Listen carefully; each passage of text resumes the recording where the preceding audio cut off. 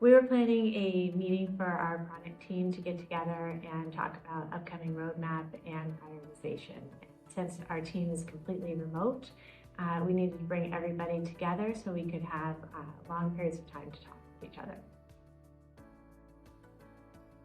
The last time I tried to plan a meeting without a tool like Troop, it was really hard to keep track of all of the details. Who had booked their flights, who was coming when, what hotels people were at, all of that kind of information was really hard to keep track of.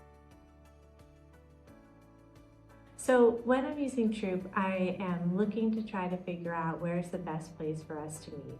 My team is dispersed all over the place. I have members in South Africa, Spain, and the United States, and so I need to figure out what is the most logical location that we can all get to easily. I look at Troop to bring those destinations together, compare costs across different places, and then make a strategic decision based on what is the least amount of travel time and the best cost for the team. When I have that information side by side, I can make decisions based on cost. So one example is we were considering having a meeting for the entire team versus just bringing a core subset together.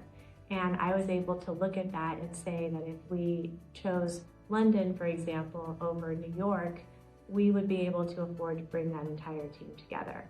And that creates stronger bonds within the team, helps everybody stay aligned, and drives excitement towards what we were going to do. So that was a really great decision for us, even though it involved more travel for some people to get there.